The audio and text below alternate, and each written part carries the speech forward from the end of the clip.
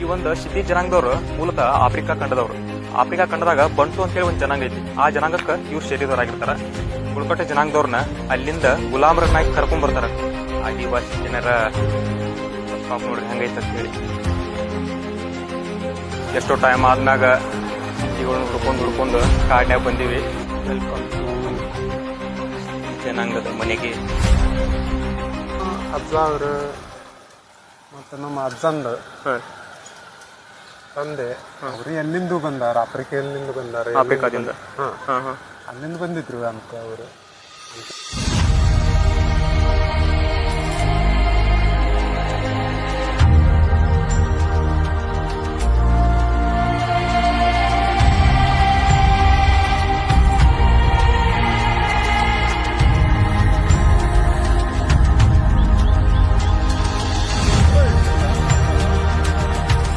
ಗಡ್ಡೆ ಗೆಣಸು ಅವೆಲ್ಲ ತಿನ್ಕೊಂಡು ಬೆಳೆದು ನಮ್ಗೆಲ್ಲ ಇಲ್ಲೇ ಕರ್ನಾಟಕಲ್ಲೇ ಹುಟ್ಟಿ ಬೆಳೆದು ಇಲ್ಲೇ ಸ್ಕೂಲಿಗೆ ಹಾಕಿ ಗೌರ್ಮೆಂಟ್ ಸ್ಕೂಲ್ ಎಲ್ಲ ಹಾಕಿ ನಾವು ಇಲ್ಲೇ ಬೆಳೆದು ಇಲ್ಲೇ ಓದಿದ್ದೇವೆ ಕರ್ನಾಟಕದಲ್ಲಿ ಓದಿದಿರಿ ಎಲ್ಲರೂ.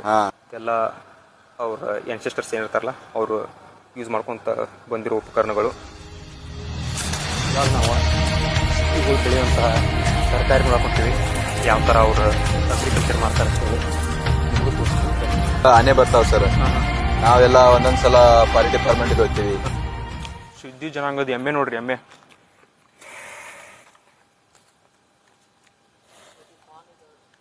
ಸರಿ ಕ್ವಾನ್ ಅನ್ನಿದೆ, ಸರಿ ಕ್ವಾನ್ ಐತತ್ತ.